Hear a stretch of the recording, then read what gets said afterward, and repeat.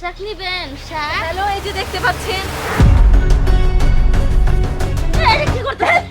হ্যাঁ, শোনো, আজকের ওয়েদারটা এত সুন্দর। এই শোনো, দেখতে পাচ্ছিস না আমি এখানে লাইভ করছি, একদম তর্ক করবি না। ম্যাডাম আমরা লাইভ করেন না, যেটা মন চায় এটা করেন। আমার শাকটি কেন নষ্ট করতেছেন? দেন এই শাক বেচে আমি চাল ডাল কিনা বাড়িতে ভাত খাবো।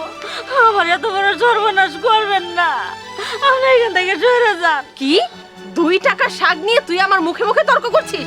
এই তুই জানিস আমার লাইভে এই মুহূর্তে কতজন ফলোয়ার্স আছে? এই মুহূর্তে আমার লাইভে কতজন ভিউয়ার্স আছে? তুই জানিস এর জন্য আমার কতজন ফলোয়ার্স আমাকে আনফলো করে দিবে? আজকে তোর এই শাকই রাখবো না। ম্যাডাম ম্যাডাম এটা কি করতেছেন? দেন ম্যাডাম, আপনি যা করছেন ভুল করছেন, অন্যায় করছেন। আপনি আমার শাকগুলো নষ্ট করছেন, আপনি আমার শাকে পেয়ে দিয়েছেন। কি এই 2 টাকার সবজিওয়ালি কিনা আমাকে ন্যায় অন্যায় শেখাচ্ছে? এই তোর কাছ থেকে আমার ন্যায় অন্যায় শিখতে হবে। তুই জানিস না এটা রাস্তা, এদিক দিয়ে পথচারীরা হাঁটবেই, আর তুই কিনা এখানে সবজির দোকান খুলে বসেছিস। এই এটা কি তোর বাপ দাদার জায়গা না যেখানে তুই সবজির দোকান খুলে বসেছিস? তুই আবার জরিমানা চাস তাই না? দাঁড়া, তোকে জরিমানা দিচ্ছি।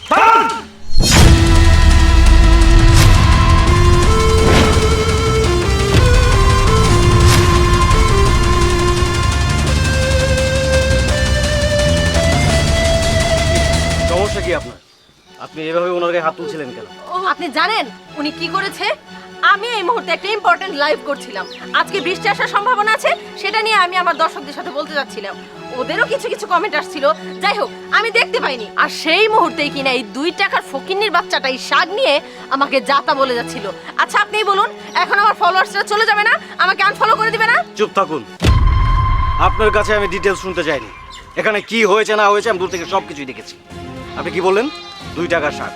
হ্যাঁ, এই 2 টাকার শাক বিক্রি না করতে পারলে এই মানুষরা না খেয়ে থাকবে। এই 2 টাকার শাক বিক্রি না করতে পারলে ওনার দুধের বাচ্চার মুখে দুধ জুটবে না, এমনও তো হতে পারে। এই 2 টাকার শাক বিক্রি না করতে পারলে ওনার স্কুল পড়ুয়া মেয়েটা স্কুলে যেতে পারবে না, তার লেখাপড়ায় বন্ধ হয়ে যাবে। আর আপনি কি করেছেন? আপনি তার সেই রিজিকে লাথি মেরেছেন। উনি তো ভদ্র মানুষ, আপনাকে রিকোয়েস্ট করছিল। ওনার জায়গায় আমি হলে তো আপনাকে ঠাটিয়ে দুটো তোর মেরে দিতাম। আরে ভাইয়া, চোর মারবেন কি? চোর মারুন না, উনার মতো মেয়েদের তো মার খাওয়াই উচিত। মারুন। আরে হ বাবা, ঠিকই বলেছো। চোর মারবে মানে আমরা তো নিজের চোখে সবকিছু দেখেছি। মারো মারো মারো। থামুন!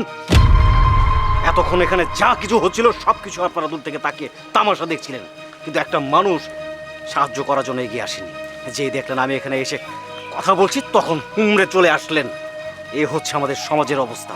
আর আপনি সোশ্যাল মিডিয়া, না সোশ্যাল মিডিয়া, হ্যাঁ আমাদের অনেক উপকার তো করেছে, কিন্তু আপনাদের মতো কিছু অসাধু মানুষের বিবেক বুদ্ধি সব চিবিয়ে গিলে খেয়েছে।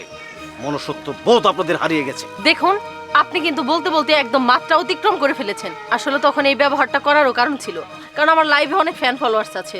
তারা যদি এই সমস্ত কার্যকলাপ দেখতো তাদের চোখে আমি অনেক ছোট হয়ে যেতাম না, তাই তার সাথে আমি এই ব্যবহারটা করেছি। আচ্ছা ঠিক আছে, যা হবার হয়ে গেছে, আসি।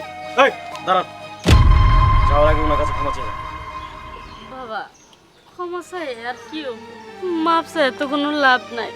কিন্তু আমি খালি একটা কথা ভাবতেছি, আমি আজকে বাড়ির যাইয়া আমার অসুস্থ স্বামীর মুখে ওষুধ দিমু কেমনে, আমার স্কুল পড়ুয়া মাইয়ার ফিস দিমু কেমনে। সারাটা দিন ধরে না খাই আসছি। ভাবছিলাম এই শাক কটা বেঁচে কিছু ডাল চাল কিনে নিয়ে যাবো, ওটি সবাই মিলে খামো, তা রইল না।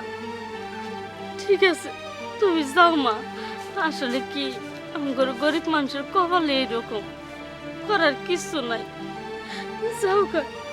সত্যিই তো আজকে আমার জন্যই উনি ওনার অসুস্থ স্বামীর মুখে ওষুধ তুলে দিতে পারবে না। আজকে আমার জন্য উনি ওনার শাকগুলি বিক্রি করতে পারলো না, যার ফলে উনি ওনার স্কুল পড়ুয়া মেয়ের হাতে পরীক্ষার ফি দিতে পারবে না। আমি অনেক বড় অপরাধ করে ফেলেছি। ভাইয়া আপনিও আমাকে ক্ষমা করে দিন। আন্টি আন্টি আপনিও আমাকে ক্ষমা করে দিন।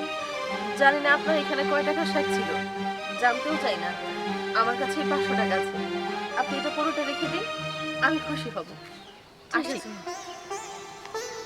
বাবা তোমার যে আমি কি করে ধন্যবাদ দিব, তোমার জন্য আজকে আমি নেই বিচার পাইছি, বলে তো আমার অবস্থা খুব খারাপ হয়ে যাইতো। এটা তো আমার দায়িত্ব ছিল। আচ্ছা আন্টি আমি আসি।